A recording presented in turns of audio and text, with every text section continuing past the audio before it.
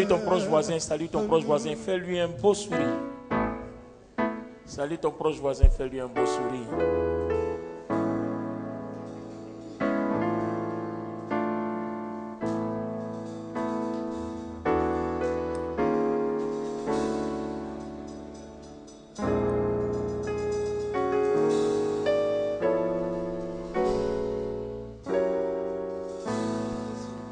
Gloire à Dieu, que Dieu vous bénisse.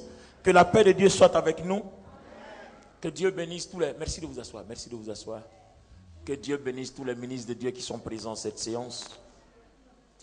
Que le Seigneur nous visite. Amen.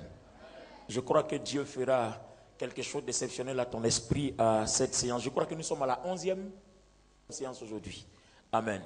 Que Dieu vous bénisse. Alors aujourd'hui, nous allons étudier quelque chose de spécial. Je sais que quand on va finir, personne ne fera de cauchemar. Oh, je n'ai pas entendu ton amen. Quand on finira ça, personne ne fera de cauchemar. Alléluia. Alléluia. Que Dieu vous bénisse. Gloire à Dieu. Seigneur, nous te bénissons, nous te donnons toute gloire. Merci d'être avec nous. Nous sommes à l'école des mystères. Merci pour cette vision. Merci pour cette opportunité. Touche notre esprit. Et fais-nous des hommes et des femmes de vision. Au nom de Jésus. Quelqu'un dit Amen. Amen.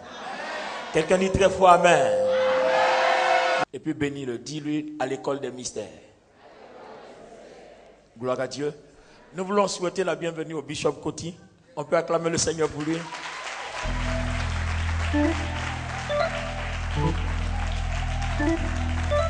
Alléluia. Il était avec nous à la veillée du vendredi. C'était une veillée merveilleuse. Hein? Est-ce que vous n'êtes pas? Gloire à Dieu. Donnons encore des acclamations au Seigneur pour le Bishop Koti. Amen. Alors, nous allons prendre nos Bibles comme je vous l'avais promis. Nous allons étudier dans 2 Rois chapitre 19. On va prendre le verset 7 et nous allons prendre ensuite le verset 9. Alléluia. Oh, je n'ai pas vu ton épaule toucher quelqu'un. Alléluia. Uh-huh. Et si ton épaule gauche a touché quelqu'un, la droite fait quoi? Alléluia. On dirait que la personne qui est à côté de toi, son épaule ne bouge pas. Donc tu prends ton pied, tu fais comment? Alléluia. Ah, on dirait que je n'ai pas vu son pied bouger. Hein. Donc tu prends ta main, tu touches sa joue. Alléluia. Ah, sa joue n'a pas bougé. Donc qu'est-ce que tu fais? Tu te lèves et puis tu cries Alléluia. Gloire à Dieu. Gloire à Dieu. Waouh. Alors ce soir nous allons parler de notre esprit. Je crois que ça va être la dernière partie du thème sur notre esprit. Gloire à Dieu. Notre esprit. Je ne parle pas de l'esprit de Dieu.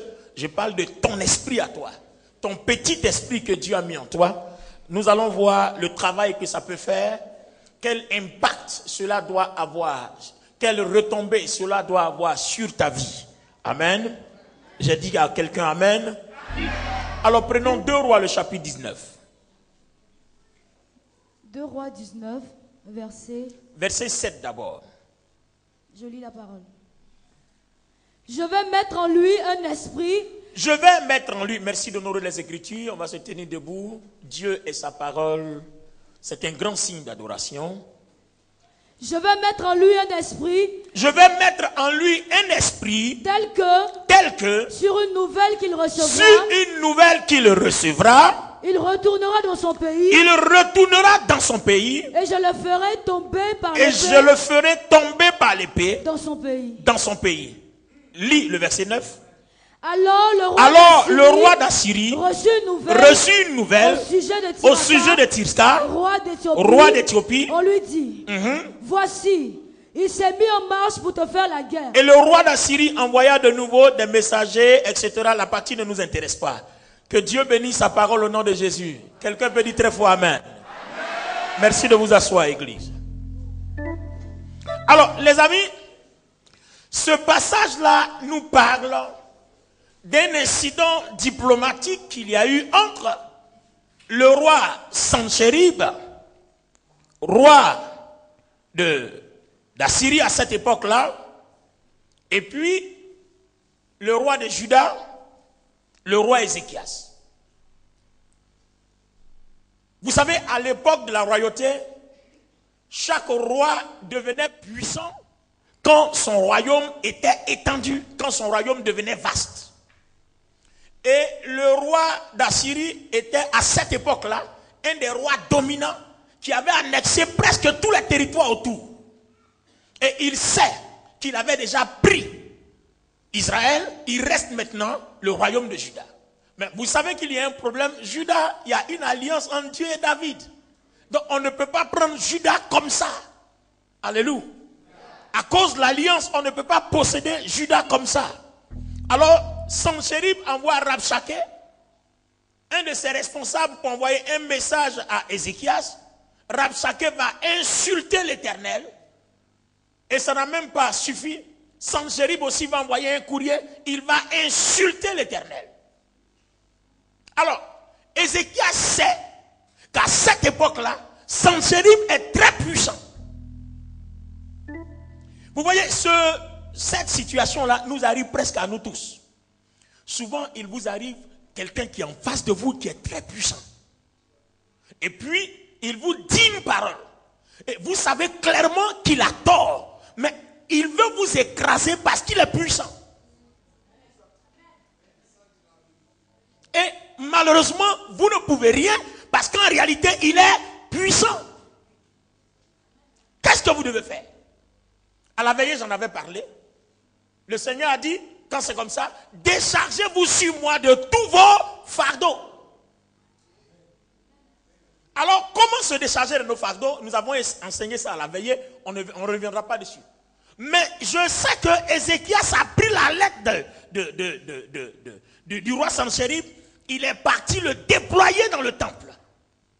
Et il a envoyé des émissaires vers le prophète Esaïe pour qu'Esaïe fasse monter une prière. Alors, regardez maintenant pour ce qui nous concerne aujourd'hui. On va laisser la partie que nous avons déjà traitée à la veillée. Mais pour ce qui nous concerne aujourd'hui, voilà la réponse que le prophète Esaïe donne. Il dit à Ézéchias, calme-toi. Moi, l'Éternel, je vais envoyer en Sanchérib un esprit. Est-ce que je parle à quelqu'un? Est-ce que j'ai l'attention de quelqu'un? Il dit, je vais envoyer en lui un esprit. Quand cet esprit-là va rentrer en lui, il aura envie de retourner dans son pays. Et comme ça, il y mourra. Alors, regardez bien. Pourquoi un des notables ne vient pas dire à Sanchérib, allons parce que c'est chaud dans ton pays? Parce qu'il n'ira pas, parce qu'il a un objectif qui est fixé dans son esprit, annexer Jérusalem. Donc il faut qu'un autre esprit vienne faire un autre travail pour écraser ce qui est déjà arrêté dans son esprit. C'est une affaire d'esprit. Merci. Je suis en train de dire à quelqu'un que vous n'avez pas encore compris que ce qui est sémé dans votre esprit, c'est ce qui conditionne votre chair.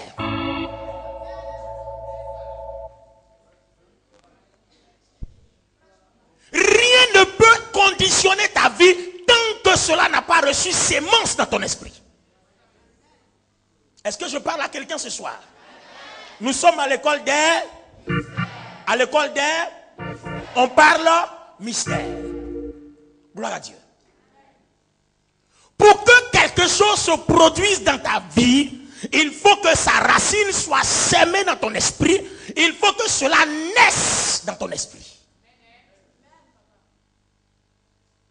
Je vais mettre en lui un esprit qui va lui donner envie de retourner dans son pays. Donc, entre-temps, il a envie d'autre chose. Ça veut dire, dans son esprit, il y a une autre envie. Donc, il faut qu'on lui envoie un autre esprit qui lui donne d'autres envies pour abandonner l'envie qui dérange Ézéchias. Est-ce que je parle à quelqu'un? Il a une envie qui dérange le oint de l'Éternel.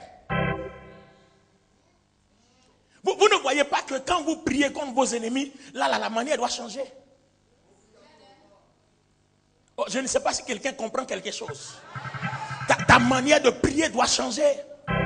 Généralement, quand vous priez, vous n'êtes pas précis. Oui, Seigneur, combat mes ennemis, combat mes adversaires. Non, Seigneur, telle personne me dérange. Je demande que tu envoies en lui un esprit de telle sorte qu'il ne soit plus jamais un problème pour ma vie. Hey, mon Seigneur, envoie en lui un esprit de telle sorte qu'il ne soit plus jamais un problème pour ma vie.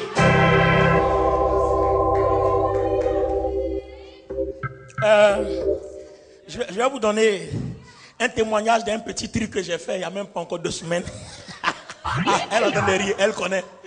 Lève la main, elle connaît, elle est au courant de ce que j'ai fait. Alléluia. J'ai un petit chantier quelque part à Angers là. Et puis j'ai un voisin, quand j'étais en France, il a construit sur mon espace arrière.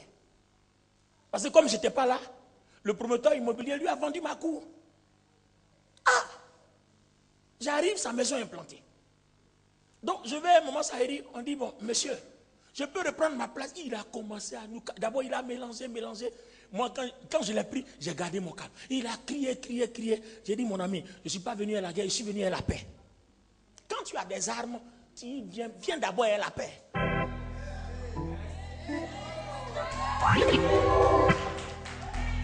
Si on doit te faire la guerre, elle doit s'imposer à toi. En fait, Dieu ne donne pas ses pouvoirs pour qu'on opprime les gens. J'ai pris une délégation. Vous vous souvenez? J'étais l'évangéliste Judicaël. Et puis, qui m'avait accompagné? Ah, oui, on est allé vers lui, je crois, aux 2 plateaux. Il m'a pris, il m'a mélangé. Il va envoyer un escadron de gendarmerie. Il a parlé, je suis arrêté là jusqu'à... Il dit, mon ami, pardon, je veux mon espace. Escadron de gendarmerie. Regardez, quand il aura une autre guerre. Mais pour le moment, on est en paix. Je veux mon espace, je veux.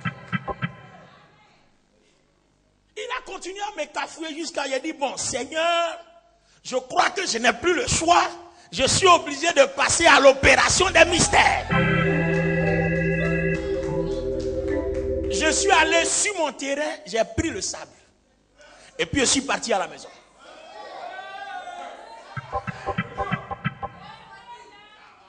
Là, je n'ai plus le choix. J'ai ramassé le sable. Où lui il marche là, j'ai ramassé aussi le sable. Je n'ai plus le choix. Parce que la guerre m'est imposée. J'ai pris le sable, je suis allé à la maison et j'ai déposé. Non, je n'ai pas touché au sable. J'ai entendu que j'ai l'inspiration. J'ai laissé le sable. Et puis j'ai commencé à faire autre chose. Et puis j'ai entendu une sonnerie dans mon esprit. Va vers le sable. Comment c'est le temps? J'ai pris le sable, je me suis assis. J'ai commencé à parler. Je sentais que toutes les paroles qui venaient dans mon esprit n'étaient pas à moi. Parce que je sentais que ces paroles-là étaient déversées dans mon esprit. Et je les libérais. Quand j'ai fini de parler, j'entends la voix qui me dit, prends le sable, répands sur la terre, et puis demande à la terre de transporter ta prière jusqu'au ciel. Je n'avais pas encore déposé sur mon terrain. Et quand j'ai fini le reste du sable le lendemain, je suis allé déposer sur mon terrain, et puis j'ai pris une partie du sable, j'ai frappé son mur. Et quand je frappe son mur, je prophétise. Et j'ai fait le tour de mon chantier plusieurs fois en prophétisant. Et puis j'ai libéré. Et le lendemain, on devait avoir rendez-vous sur mon terrain. Et le lendemain, on est arrivé. Il a commencé à gesticuler. J'étais calme. Il a parlé. Il était d'accord de me donner l'espace. Il vient maintenant, il dit, il me donne plus, me donne moitié. Il dit, bon, si c'est comme ça, il n'y a plus d'espace. C'est bon, faut partir. Tu es d'accord. On arrive sur le terrain, tu n'es plus d'accord. Donc j'ai laissé. Comment j'ai parlé à Dieu? De toute façon, il a mis son pied là où j'ai prophétisé. Donc, j'ai laissé tomber. Moi, je monte maintenant sur l'entreprise. J'arrive à l'entreprise, on me sort les dossiers, on me dit, mais l'espace même sur lequel vous êtes en train de parler là, c'est même pas pour lui, c'est pour quelqu'un. Que la personne aussi a ses dossiers, l'affaire en justice, que ça va rebondir d'un moment à l'autre. Si vous prenez, vous allez avoir un problème. Abandonnez cet espace-là jusqu'à ce que, point. Donc, regardez bien, je ne dis rien. Maintenant, entre-temps, il se retrouve coincé. Lui, son bâtiment est dans ma cour, ça donne dos. Donc il n'a plus droit à une fenêtre. Il est obligé de tout fermer. Donc il se retrouve dans une prison. Donc maintenant c'est lui qui revient vers moi pour négocier. Il dit hey! Donc l'affaire maintenant a changé de camp. C'est lui maintenant qui me supplie de lui laisser un espace pour qu'il puisse avoir de la lumière et de l'air. Bon, à moi de lui dire, je vais réfléchir, il faut qu'on se rencontre pour parler de tout ça. La situation est renversée, le pouvoir a changé de camp. Donc moi je lui dis, je vais réfléchir, on va voir.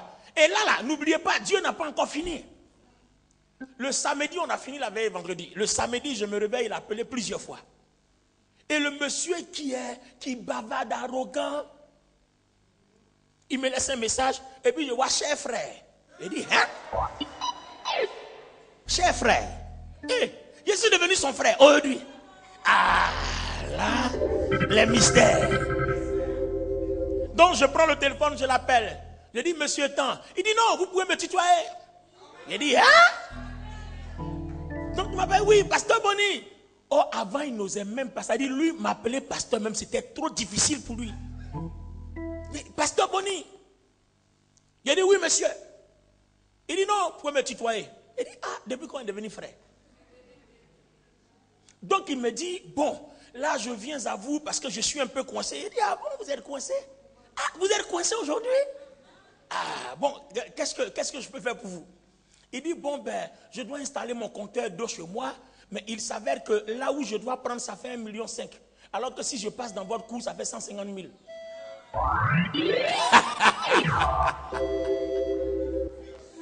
S'il doit passer dans ma cour, ça fait 150 000. S'il doit passer par son chemin normal, ça fait 1 500 000. Donc, la SODECI me demande que vous faites un courrier d'autorisation, sinon ils ne peuvent rien faire. Là, le pouvoir a changé de camp. C'est ma terre. La portion de terre qui est dans ma cour, qui devient un centre d'intérêt pour lui, pour qu'il puisse avoir de l'eau. Donc, ils ont trouvé un moment, ça, il dit sur le terrain là-bas. Elle les a mélangés un peu, elle dit, bon d'accord. Si ton tuyau passe dans ma cour, en contrepartie, tu donnes le petit espace. Il dit, non, il n'y a pas de problème. Puissance! Alléluia. C'est-à-dire, ce qui n'a pas voulu, maintenant il est coincé, il est obligé. Il n'a pas le choix. Ton tuyau doit passer dans ma cour, non? L'espace là, c'est comment? Je prends, ton tuyau passe. Si je ne prends pas, ton tuyau, il ne passe pas. Donc il dit, bon, là, viens, mais on va réfléchir, il faut laisser. On va réfléchir. Et je lui donnais des conseils. Je lui ai dit, tu vois, il faut appeler l'expert qui gère la société. Ton problème, c'est tout le temps, tu es en train de faire palabre. Tu vois, non? Il n'a pas parlé, hein? C'est moi qui suis devenu maintenant l'aîné, il lui donne des conseils. Je lui ai dit, ton problème, tu m'as dit de te tutoyer, non? Il dit, oui, il dit, ton problème, tu es tout le temps en train de faire palabre. Tu as vu comment tu m'as fait des palabres? Si moi je devais aussi te faire palabre, tu n'aurais jamais de l'eau chez toi là-bas. Parce que tu dois passer dans ma cour. Dans la vie là, il faut aller doucement avec les gens. Parce qu'on ne sait pas où on va rencontrer quelqu'un. Il faut aller doucement avec les gens. Et là, c'est demain lundi qu'on va se retrouver. Dit, bon, envoie-moi les experts de la SODECI. Demain, je serai sur le terrain. Je vais voir ce que je peux faire pour...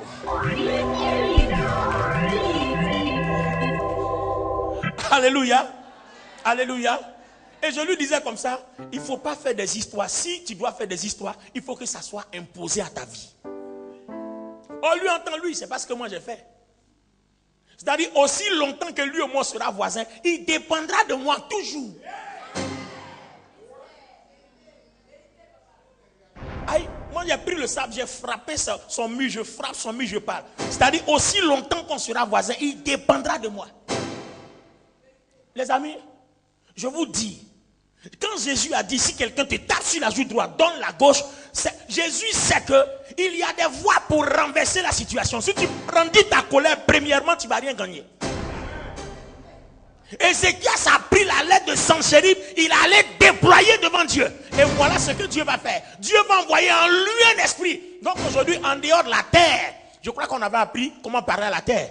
Voilà. En dehors de la terre, on comprend aujourd'hui qu'on peut commander à un esprit d'aller dans la vie de quelqu'un pour changer ta vie à ton sujet. Come on, somebody.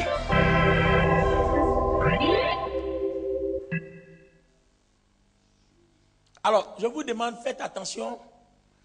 Je voulais ouvrir une petite parenthèse qui fait un peu rire pour vous les femmes. Vous qui êtes sentimental, vous riez beaucoup, riez beaucoup. Quelqu'un peut mettre un esprit en lui, tu vas commencer à fendre de lui jusqu'à fatiguer. Faites attention. Non, je vous informe en même temps. Après, vous venez dire non, je suis tombé sur un mystique. Et il m'a envoûté. Mais c'est comme ça, quand dans le monde là-bas, vous dites envoûté. Mais dans la Bible, c'est pas envoûté. C'est un esprit qui te commande aussi longtemps qu'il est en prière.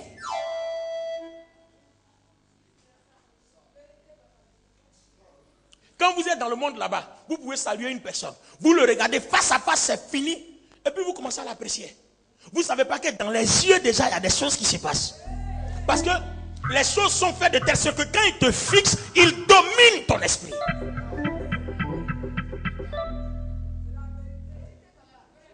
Vous comprenez pourquoi, quand j'ai commencé à parler du thème sur l'esprit, j'ai abordé un premier thème qui est être géant dans l'esprit. Je vous avais rendu témoignage d'une femme sorcière qui cherchait à tuer une femme. Et puis elle a dit qu'elle a essayé, elle n'a pas pu parce que son esprit est dur. Alors, le problème c'est quoi? Qu'est-ce qui est dans ton esprit? Quelle est la sémence qui est dans ton esprit? Quelle est la chose qui est dans ton esprit, qui dirige ton esprit, qui impacte ta vie? Ce qui domine ton esprit, c'est ce qui impacte ta vie. Le même exemple, nous l'avons vu. Quand Dieu a tenu un conseil pour tuer Akab, vous vous souvenez? Un esprit de mensonge se présente. Il dit, moi je peux tuer Akab. Dieu dit, comment on va faire pour tuer Akab? Il dit, moi je peux tuer Akab. Dieu dit, comment? Il dit, je serai un esprit de mensonge dans la bouche de ces prophètes. C'est-à-dire, tant que cet esprit-là n'est pas là, eux, ils prophétisent autre chose selon un autre esprit qui les anime. Mais quand lui vient, qu'il domine, il prophétise selon lui son esprit parce qu'il devient un impact. Dans le monde spirituel et surnaturel, quand votre esprit domine, votre esprit devient un impact sur ceux qu'il domine. C'est la même chose pour l'onction d'un père sur ses fils. Si tu es un fils, que la manifestation de l'onction de ton père, on ne le voit pas en toi, c'est que tu es un mauvais fils. Parce que l'esprit de ton père ne t'impacte pas. C'est que tu es un fils rebelle, tu es un mauvais fils. Mais un vrai fils soumis, comme Josué auprès de Moïse, l'esprit de Moïse a un impact au point que Josué va au-delà des limites de Moïse.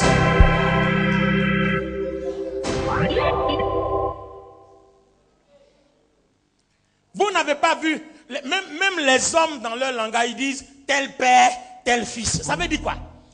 Ton esprit, l'esprit de ton père a un impact parce qu'il t'a éduqué. Il t'a communiqué ce qui est dans son esprit.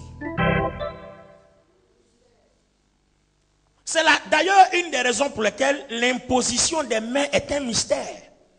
Parce que quand quelqu'un t'impose les mains, et qu'il parle sur ta vie selon l'esprit qui l'anime, il t'impacte selon l'esprit qui domine sa vie.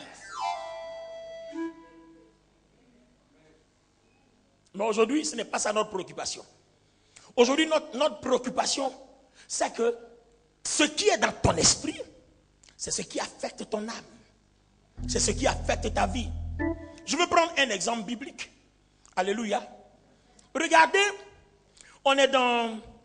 je vais prendre le passage de Matthieu, non, Marc. Marc sera plus intéressant. Amen. On va prendre le passage de Marc chapitre 5, verset 28. Regardez bien. La femme qui perdait le sang depuis 12 ans, regardez sa philosophie.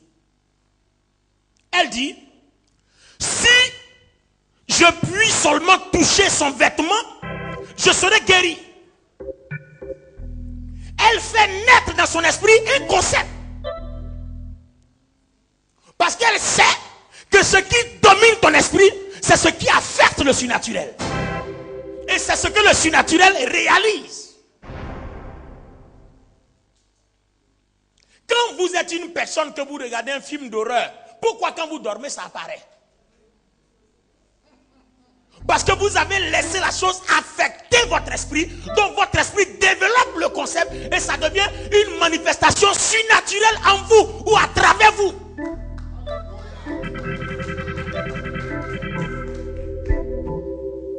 Est-ce que quelqu'un comprend ça? Alléluia. J'ai dit, est-ce que quelqu'un comprend ça? Regardez par exemple.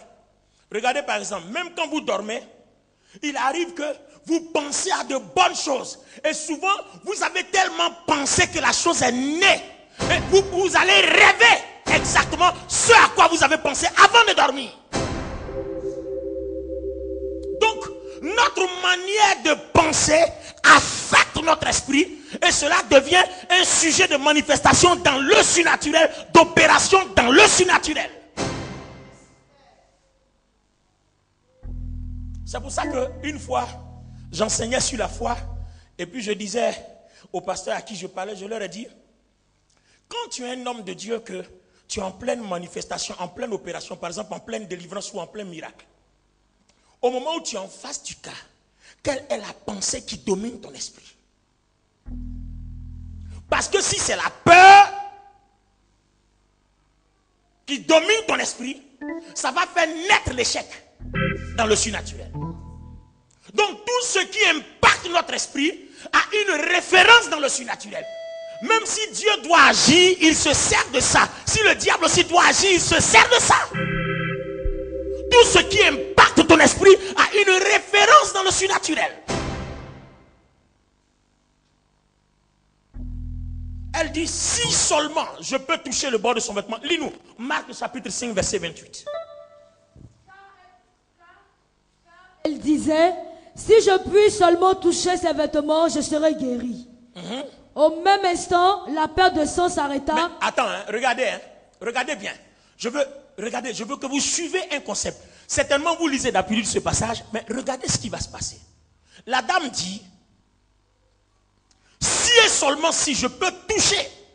Donc quand elle est arrêtée, toute la pensée qui l'anime, c'est toucher. Qu'il y ait un obstacle, qu'il n'y ait pas un obstacle, c'est toucher. Qu'on l'embête ou qu'on l'embête pas, c'est toucher. C'est-à-dire, le concept est né. Elle l'a sémé dans son esprit. Je ne veux pas autre chose, je veux toucher. Je sais que si je touche, il va y avoir un bouleversement. On dit, il va prier pour toi. Je ne veux pas, je veux seulement toucher. Elle a fait naître son concept dans son esprit. Et vous voyez que ce que tu peux faire de ton esprit n'est pas une chose populaire. C'est une chose personnelle et privée.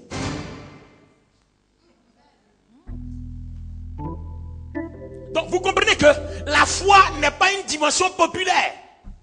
La foi est très personnelle. Ça dépend de comment tu joues avec ton esprit. La foi est un jeu de ton esprit.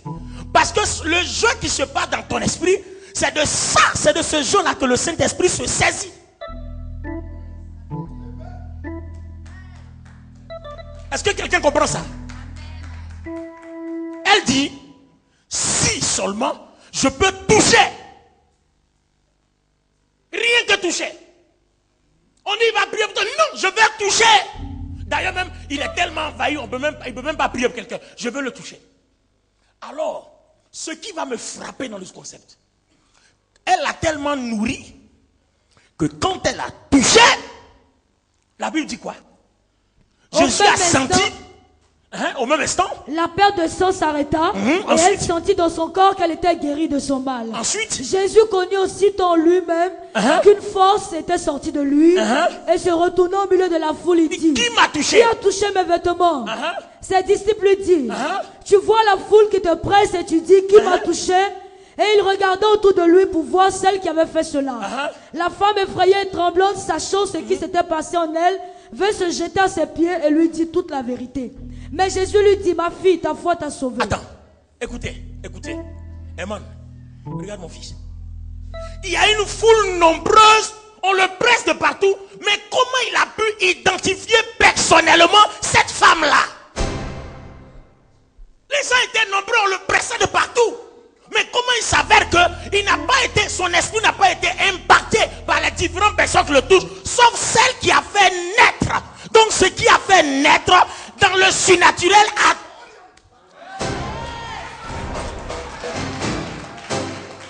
Alléluia. Vous voyez?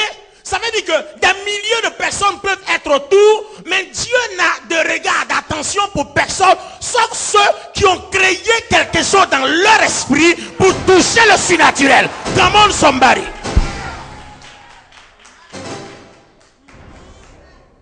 Les gens le pressent partout, mais il reconnaît personnellement que cette femme-là l'a touché. Ça veut dire qu'elle n'a pas touché comme tout le monde, elle a touché avec son esprit et non avec son corps. Pourtant on a vu sa chair, mais ce n'est pas sa chair. La dame a touché avec son esprit.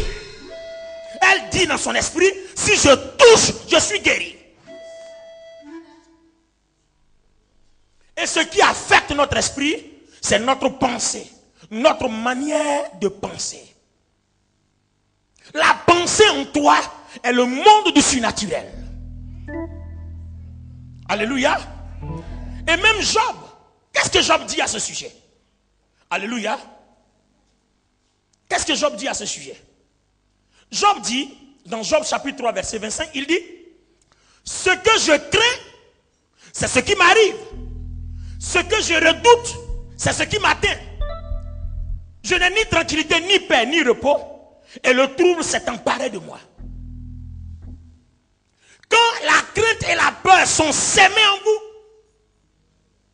ça devient une cause, un sujet surnaturel. Or, vous comprenez que la décision de ton esprit, c'est la décision de foi sur laquelle Dieu s'appuie pour opérer en toi.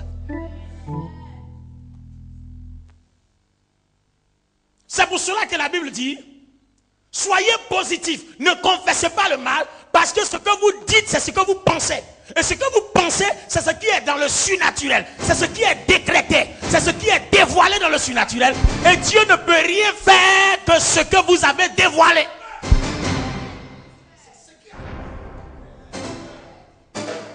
Si vous êtes malade, que vous pensez que vous allez mourir, ça finira par vous arriver. Mais si vous pensez fermement que vous n'allez pas mourir, la maladie sera là, mais elle ne pourra pas vous tuer parce que vous avez créé un concept surnaturel. Voilà le grand fondement, sinon la fondation de la foi. Écoutez, si vous analysez, étudiez bien la définition de la foi. La foi, ce n'est pas la croyance. Faites attention. Parce que croire même en latin signifie autre chose. En grec, ça signifie autre chose. Alléluia. Mais regardez bien. Il dit quoi? La foi vient de ce qu'on entend. Et ce qu'on entend vient de la parole de Dieu. Bien. Quand vous entendez quelque chose, elle devient une pensée en vous. Est-ce que je parle à quelqu'un? Il y a des personnes, même pour ne pas être affectées, quand tu commences à dire que non, c'est bon, je préfère bouger mes oreilles. Parce que ce que je vais entendre là, ça va m'amener à réfléchir. Je ne veux pas réfléchir.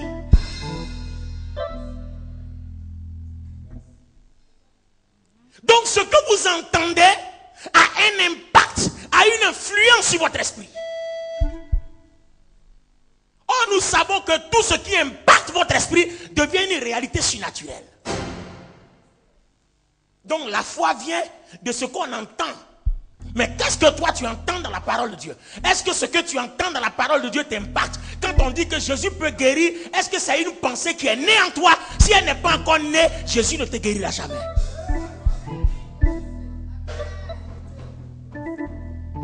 Quand on dit Jésus peut te sauver, est-ce que c'est une pensée, un concept qui est né en toi? Est-ce que c'est devenu ton affaire personnelle? Est-ce que c'est devenu en toi une pensée personnelle? Si elle ne l'est pas encore devenue, alors Jésus ne peut rien pour toi. Donc la foi vient de ce qu'on entend.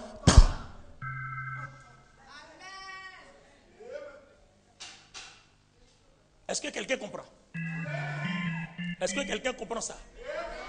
Je vous ai rendu le témoignage d'une dame qui avait surpris son mari en flagrant délit d'adultère. La rancœur a fait qu'elle est tombée malade, elle a eu un cancer. Vous vous souvenez, dans les premiers cours, je vous en avais parlé. Et aux États-Unis, le pasteur qui a prié pour elle sans succès est allé et Dieu s'est révélé à lui. Dieu lui a dit qu'il faut qu'elle pardonne. Alors, regardez bien. Regardez bien. Le jour où le serviteur de Dieu a appelé la femme pour lui dire, Dieu me dit que si vous pardonnez, vous serez guéris.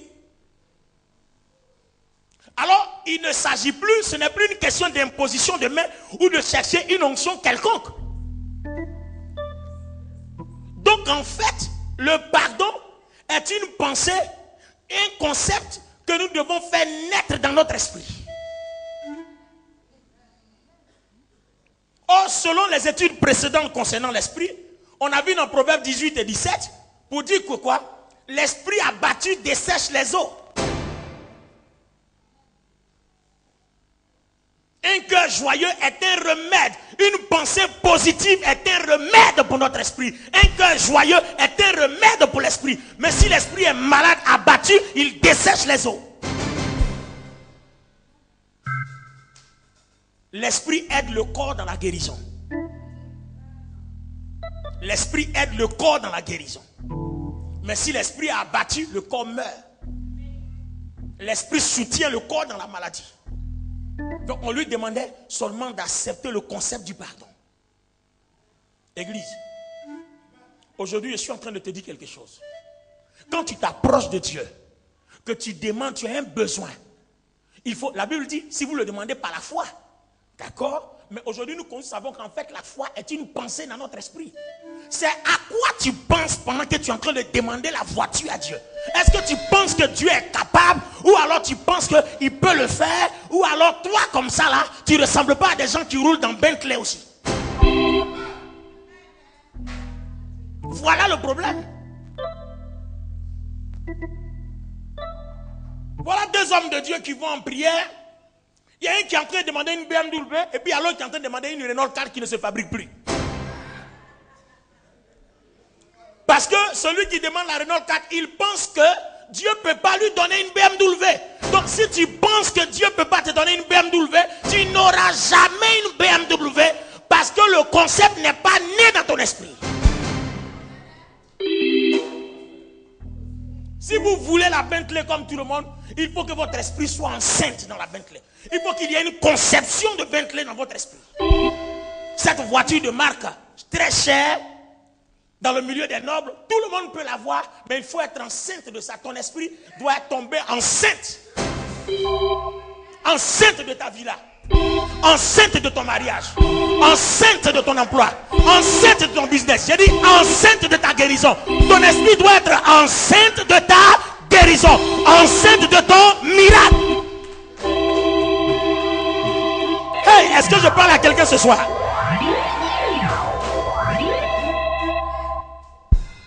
Mais vous voulez quelque chose, votre esprit n'est pas enceinte de ça. Vous savez, l'esprit, votre esprit en vous, c'est le siège de la communication dans le surnaturel.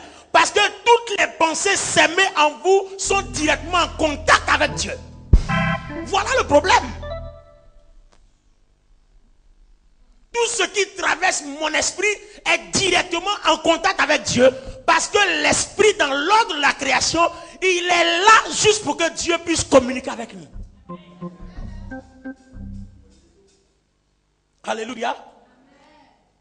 Quand vous allez payer un téléphone cellulaire, c'est vrai, vous avez le téléphone cellulaire, mais est-ce que vous arrivez à téléphoner? Vous n'arrivez pas à téléphoner. Il faut qu'on vous mette une puce dans le téléphone qui est communiquée au réseau, qui te permet d'atteindre ton correspondant. Donc Dieu crée l'homme, tu as le téléphone vide. Donc l'esprit qui vient est une puce qu'on met en toi qui est communiquée au réseau surnaturel.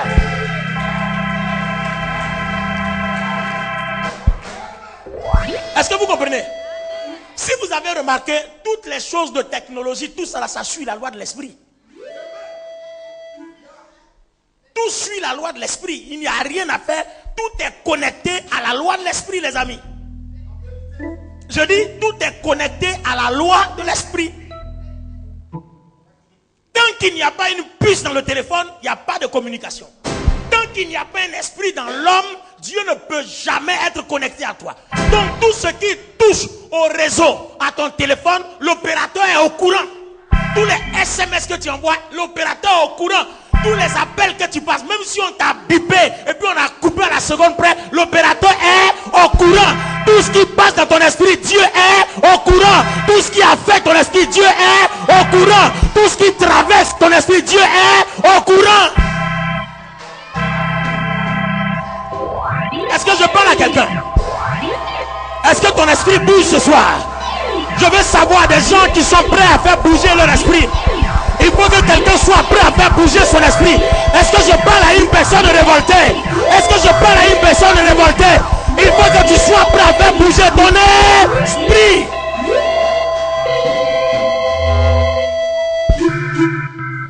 Alléluia.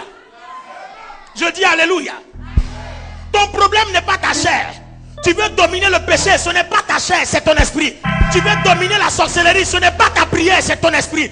Ta prière doit commencer à s'adresser à ton esprit. Ton esprit doit commencer à être géant. Ton esprit doit commencer à être puissant. Ton esprit doit commencer à être têtu. Ton esprit doit commencer à être Hey!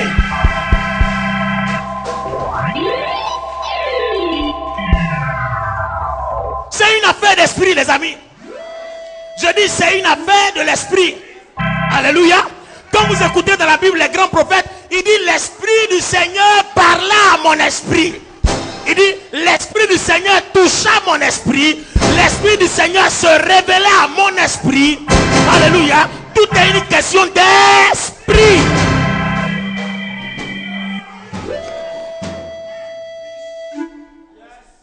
Est-ce que quelqu'un comprend ce soir? Nous voulons dominer. Oh, je n'ai pas entendu ton amen. Nous voulons dominer. Nous voulons régner. Nous voulons être des gens qui parlent et la chose arrive.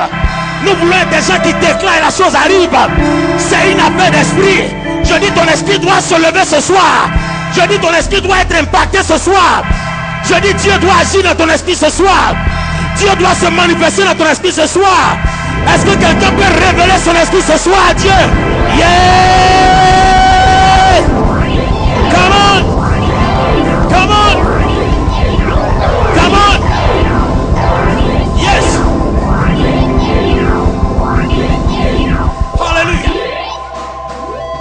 Alléluia! Ce soir, il faut que quelque chose change en toi. Alléluia! On dit que les mystiques sortent de leur corps. Mais c'est parce qu'il sait s'aimer les choses dans son esprit qu'il arrive à sortir, à voyager avec son esprit. Tu peux aussi voyager avec ton esprit. Tout ce que le sorcier fait avec son esprit, tu peux aussi le faire. Mais je continue. J'ai parlé avec une femme sorcière. Je lui ai posé la question, mais comment vous faites pour voyager?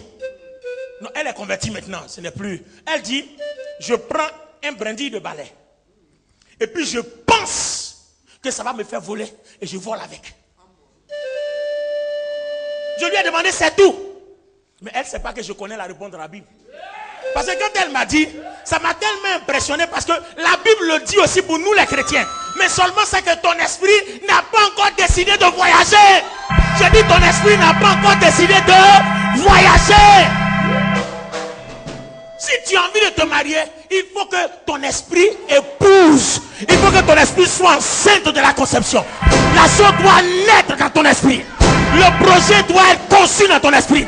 Le projet, Makaya, le projet doit naître dans ton esprit. Hey! Alléluia. Attendez. Est-ce que vous m'avez compris? Une personne pense qu'un brindille de balai va devenir avion. Et ça devient avion.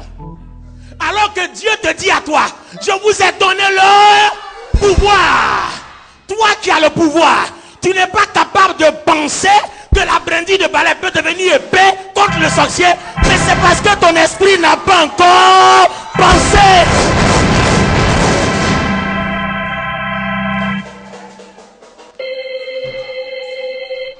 Alléluia.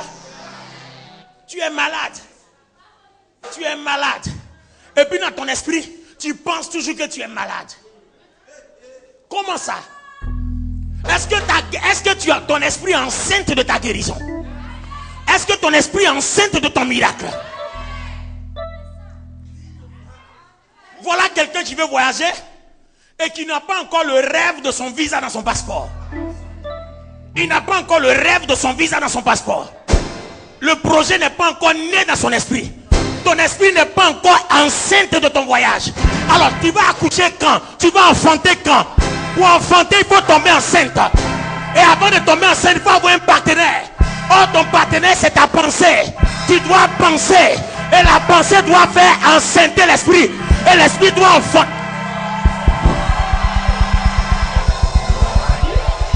Yes! Alléluia! Est-ce que quelqu'un peut dire avec moi yes? Puissance! Puissance! Puissance! Ah!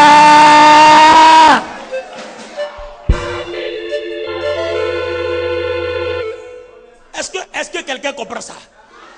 Ton esprit doit être géant. Ton esprit doit être inébranlable.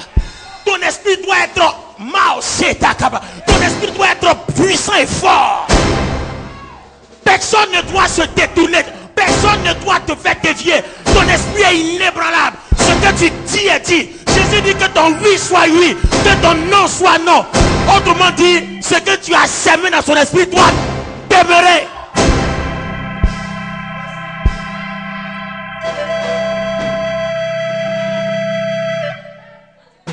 Que ton oui, que ton non, l'esprit n'aime pas quelque chose. Des gens, aujourd'hui ils sont là, demain ils sont ici. Aujourd'hui ils sont là, l'esprit n'aime pas. Quand votre esprit est comme ça, le royaume de Dieu ne peut pas vous faire confiance. Parce que tout ce que votre esprit pense, déclare, c'est une connexion avec le royaume de Dieu. Donc, si vous êtes comme ça, si vous êtes comme si, on ne voit pas votre oui, on ne voit pas votre non, on ne voit pas votre détermination, le royaume de Dieu ne peut pas te faire confiance, donc ta foi ne peut rien produire. Ton oui doit être, ton non doit être, et Jésus dit, ce qui on y ajoute vient du malin.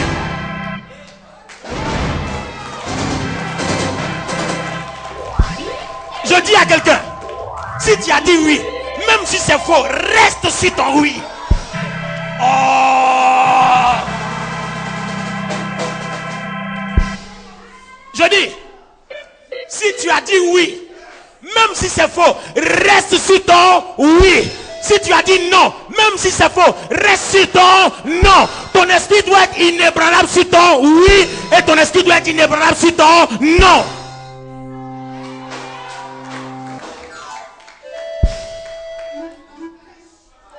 Qu'est-ce que la Bible dit à ce sujet? La Bible dit, tout ce qui est conviction n'est pas péché. Mais le problème c'est que la Bible n'a pas expliqué le concept de l'esprit. Parce que ce que tu as semé en toi, si ton esprit est enceinte de quelque chose, c'est ce que Dieu va cautionner. Je croyais que tu allais dire Je dis, la Bible dit, tout ce qui est conviction n'est pas péché. Mais tout ce qui n'est pas conviction est péché. Or la conviction c'est quoi? Ton oui est oui, ton non est non. Même si ton oui est faux, ça n'a qu'à rester oui, Dieu va être déçu. Même si ton non est faux, ça n'a qu'à rester non, Dieu va être déçu. Parce que tout ce qui est conviction n'est pas péché. Ça veut dire que toute pensée que vous sémez avec conviction en vous devient une grossesse qui va naître, où l'enfant va naître. Je dis très, très, très bientôt.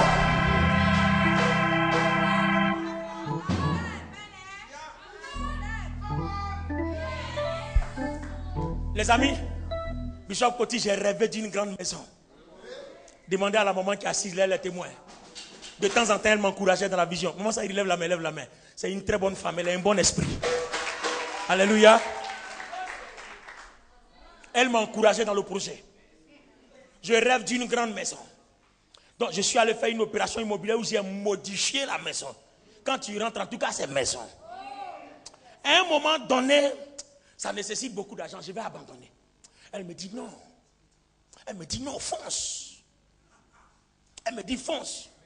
Mais je n'ai pas eu du mal à foncer parce que comme je connais les Écritures, j'ai dit bon, il faut que je sème dans mon esprit que je dois foncer. Donc chaque fois que je dors, la maison est dans mon esprit. Je dors avec.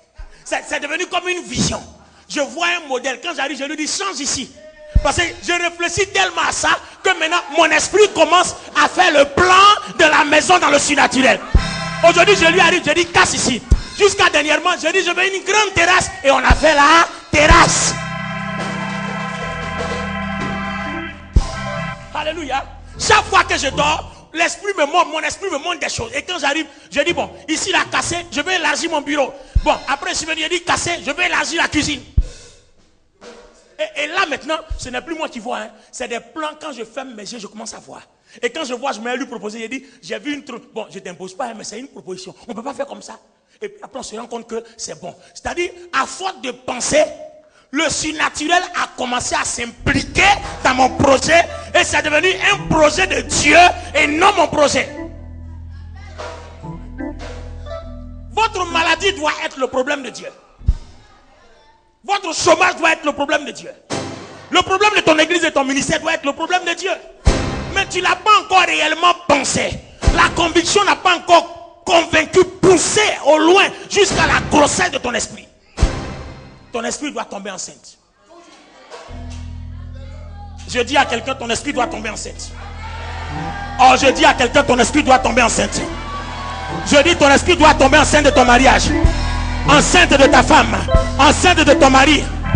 Est-ce que le mari que tu veux épouser, est-ce que l'esprit t'a déjà montré? Il faut le créer. Impose le mari là à ton esprit. La femme que tu veux imposer et épouser, impose-la à ton esprit. Tu crées dans ton esprit, je veux une femme comme ci, comme ça, comme ça, comme ça. Tu le fabriques. Chaque jour, tu dors avec. On te montre autre chose, tu dis non. Quand on te montre le modèle, tu dis oui. Demain, on veut te montrer un semblant, tu dis non. Quand on te montre ton modèle, tu dis oui. À force de dormir avec, ton rêve devient une vision du royaume de Dieu. Attendez. Pourquoi la Bible parle de rêve? Pourquoi on veut que vous rêvez? Parce que rêver, ce n'est pas un problème de la chair. C'est un besoin que tu inculques à ton esprit. C'est-à-dire, en fait, c'est une aspiration. Or, si vous avez remarqué, Dieu, il nous a créés pour qu'on soit riche et puissant. Mais à toi de choisir ton modèle de richesse et de puissance. Il y a plusieurs maisons, plusieurs châteaux, mais chacun choisit son plan. Ça ne peut pas moins que ce soit un château. Mais tous les châteaux n'ont pas le même plan. Donc, c'est vrai que Dieu veut te faire habiter un château, mais tant que tu ne donnes pas un plan à Dieu, tu vas rester dans ta cabane. Oh, je n'ai pas parlé à quelqu'un. Alléluia. Dessine ton besoin. Quel que soit le besoin, dessine-le. Et puis dis à ton esprit, je parle à mon esprit. Voici le dessin de mon esprit. Voici le dessin de mon besoin. Voici le dessin de mon mari. Voici le dessin de ma femme. Voici le dessin de l'enfant que je veux mettre au monde. Voici le dessin du travail que je veux avoir. Le dessin de la maison. Le dessin de la voiture. Et puis impose à ton esprit. En 1999, Bishop Cotier, j'ai rêvé à un modèle de temple. Et puis pendant que je priais, je vois le modèle dans mon esprit. Et puis je prends quelque chose, je dessine. Je finis, je mets dans le miroir. Et je rêve à ça. Et chaque fois que je prie, je présente ce modèle-là à Dieu. Jusqu'à aujourd'hui, ce modèle est devenu une réalité à Yopougon. Montrez la cité de David. Alléluia. La cabine technique, montrez la cité de David. Et puis montrez le côté intérieur. J'ai rêvé de ça. Et quand j'ai dit à l'architecte de faire le dessin, l'architecte allait me sortir le dessin, le modèle que je voulais, que j'avais dans mon esprit, sans que lui et moi on se parle. Je n'ai pas assisté mais quand il m'a montré, c'était le rêve. C'est-à-dire, le rêve était tellement ancré dans mon esprit jusqu'à ce que l'architecte là en fasse accoucher. Il est mon gynécologue, ma sage-femme qui m'a fait accoucher.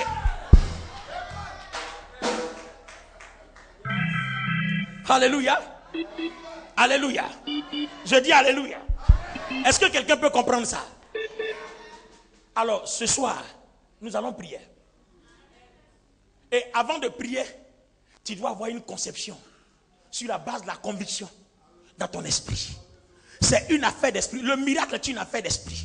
On ne parle même pas encore du Saint-Esprit. Ton esprit. Les besoins, les bénédictions que vous voulez, c'est une affaire de votre esprit. Si on t'a dit que la maladie est incurable, il faut que ton esprit dise, moi je ne suis pas malade d'une maladie incurable. Dors avec la pensée, réveille-toi avec.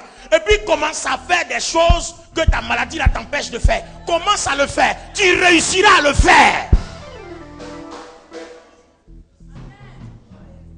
Je vais vous rendre mon témoignage et puis on va prier. On était dans quel mois? Je ne sais pas si c'est dans le mois de septembre. J'ai failli faire un arrêt cardiaque. Ça, personne ne sait. Amen. Aujourd'hui, je vous le dis publiquement. J'ai failli faire un arrêt cardiaque. J'ai dit, mais en temps normal, je ne ressemble pas à quelqu'un qui doit... Bon, je ne suis pas obèse, je ne suis pas machin. Bon, un arrêt cardiaque, il vient faire quoi? Un matin, je me lève, j'ai une douleur là dans le dos. Bon, je pensais que j'ai mal dormi. Ma femme me dit, non, tu as mal dormi. Le lendemain, ça commence à saisir mon cœur. Ça me serre. J'ai dit, je ne me sens pas bien. Je m'en vais à la clinique. Le médecin me dit, vous êtes en train de faire un infarctus. J'ai dit, D'abord, quand il m'a dit infarctus, dans mon esprit déjà, il dit, docteur, je ne ferai pas d'infarctus. Il a pensé qu'il était têtu, mais il ne sait pas que j'opérais dans le surnaturel. Parce que s'il me dit que j'accepte, que ça affecte mon esprit, ça va être un problème. Donc j'ai dit, docteur, je ne vais pas faire d'infarctus. Mais je vais quand même aller à l'hôpital, mais je ne vais pas faire l'infarctus. Donc je quitte la clinique. Au lieu d'aller à la clinique qui m'a recommandé, je suis allé à la maison. Et puis il dit à tout le monde, je veux rentrer dans la chambre pour parler à Dieu. Si je dois mourir, que je meurs en prière. Mais je dois parler à Dieu avant d'aller à l'hôpital. Je suis rentré dans la chambre, tous ceux qui habitent avec moi sont au courant. J'ai fermé la porte, puis j'étais dans la chambre. Et puis j'ai parlé à Dieu. J'ai dit à Dieu, mon esprit actuellement là, voilà la vision que tu m'as donnée. Tous les rêves qui sont dans mon esprit ne sont pas encore accomplis. Ça veut dire que mon esprit enceinte est fatigué et non malade. Quand on est enceinte, il peut arriver qu'on est fatigué. Donc mon esprit est un peu épuisé, mais je ne suis pas malade. Je refuse que je fasse un AVC. Comment on appelle ça? Un infarctus. Je refuse. Donc j'ai parlé à Dieu dans mes termes selon ma pensée. Quand j'ai fini de parler, j'ai dit, allons à l'hôpital. On arrive à l'hôpital dans une clinique. On arrive là-bas. Bon, vous savez, la clinique, souvent, c'est économique. Hein? Quand tu arrives, on te prend des trucs. Oh, attends, c'est dangereux, c'est dangereux. J'ai dit, monsieur, là, du calme. J'ai dit, partir, ma grand-sœur m'accompagne dans une clinique. Les gens là sont très mal armés. Nous, on était là-bas. Elle-même, elle peut témoigner. J'ai dit, vous racontez quoi? Je n'ai rien. On dit, non, monsieur, votre cas est grave. On va vous interner. J'ai dit, je ne dors pas ici. Entre-temps, moi seul, je sais que je suis en train d'opérer dans le surnaturel. Parce que il faut que mon esprit soit préparé au miracle et non à la défaite. Donc, je refusais, je contestais tout ce qu'il me disait. Et j'étais ferme. Hein? On m'a dit, dors. J'ai dit, je ne dors pas. Jusqu'à ils m'ont dit, bon, quand vous ne voulez pas dormir, allez-y. Et puis, j'étais assis là. J'entendais une petite voix dans mon esprit. Il faut dormir. Donc, j'ai dit, bon, je dors. Alléluia. Et c'est comme ça que je suis parti. Ils ont mis les appareils. Bon, je ne sais pas. En tout cas, ils m'ont alarmé. Quand ils ont fini, je suis parti en France. J'ai dit à la dame, donnez-moi mon dossier médical. Je m'en vais en France. Je vais poursuivre ce que vous avez dit là. J'arrive en France, on s'en va me mettre dans la machine. C'est-à-dire, au moment où on voit, je vois mon cœur, je vois tout ça sur l'écran, on travaille. Le médecin me dit, mais qui vous a dit que vous êtes malade du cœur? Devant le Saint-Esprit, je vous parle. C'est ma fille Liliane Blanc qui m'accompagnait. Si elle était là, je sais qu'elle suit directement sur Internet, elle allait vous dire. Le médecin a dit, mais qui vous a dit que vous êtes malade du cœur? On vous a donné un médicament, comme vous êtes un malade coronarien, mais vous n'avez pas ça. Arrêtez le médicament. Bon, maintenant, qu'est-ce qui a dû se passer entre ce qu'ils ont révélé et puis après la prière, après mes opérations, le résultat final? Donc j'ai compris que faut pas se laisser aller. Ah oui, n'accepte pas n'importe quoi. Ton esprit n'est pas une poubelle. Je dis ton esprit n'est pas une poubelle. N'accepte pas n'importe quoi. N'entends pas n'importe quoi. Ne regarde pas n'importe quoi. Ton esprit n'est pas une poubelle.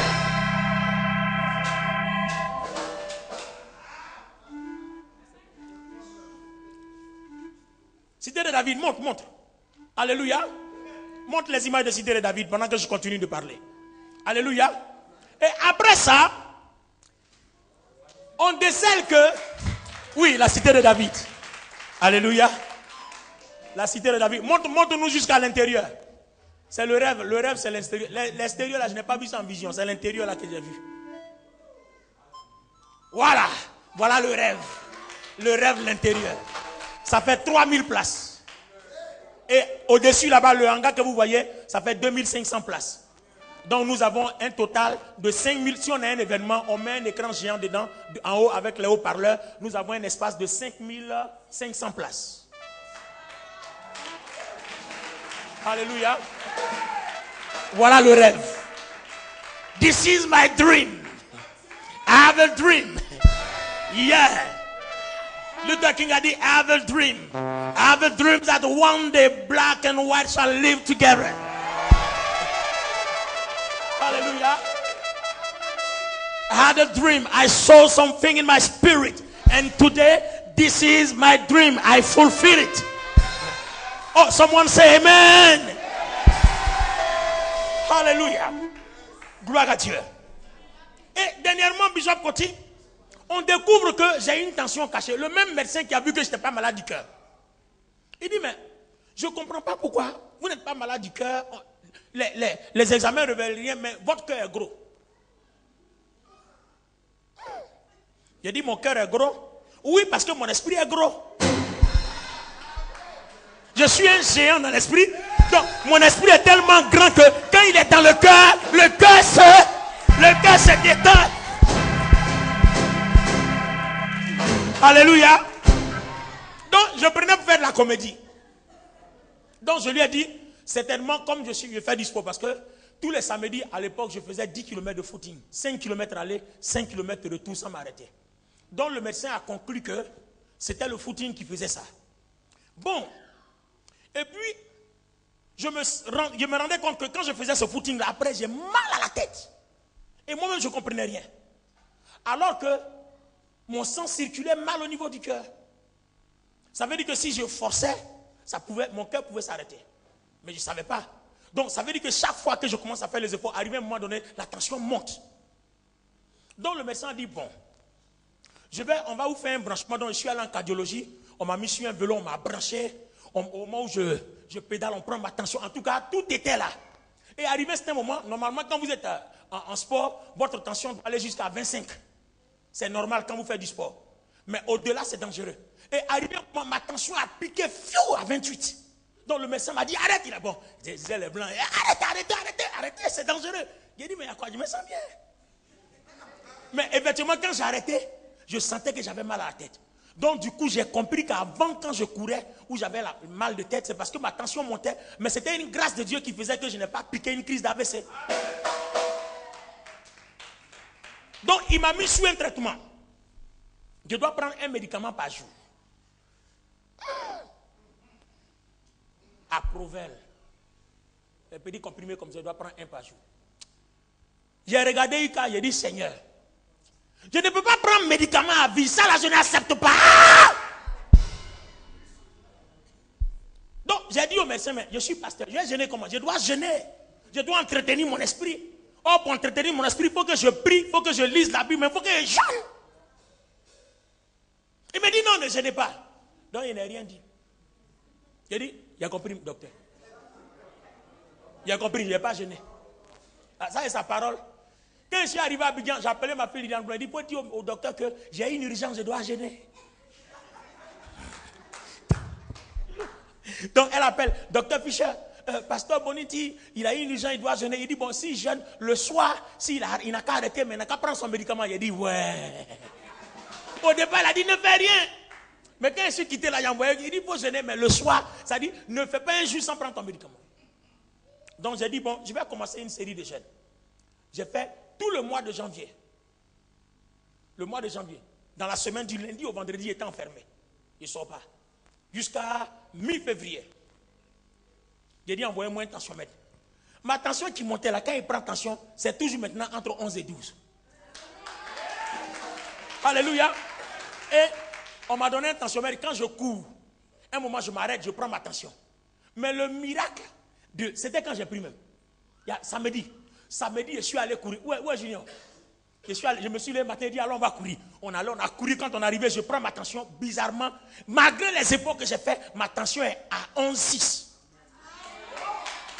Malgré les efforts, j'ai dit, ce que ton esprit accepte, ça va devenir réalité. Dieu va le confirmer. Ce que ton esprit refuse, ça va devenir réalité. Dieu va le confirmer.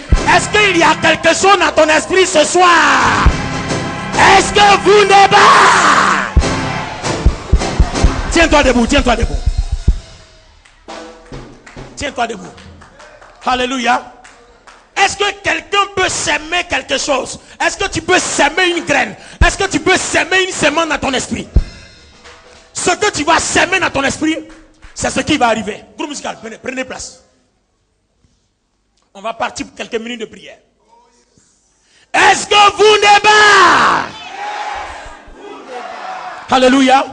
Nous avons avec nous le bishop Koti. Je vais le laisser conduire cette prière. Amen. Pour que nous soyons deux à intervenir. Dieu te bénisse.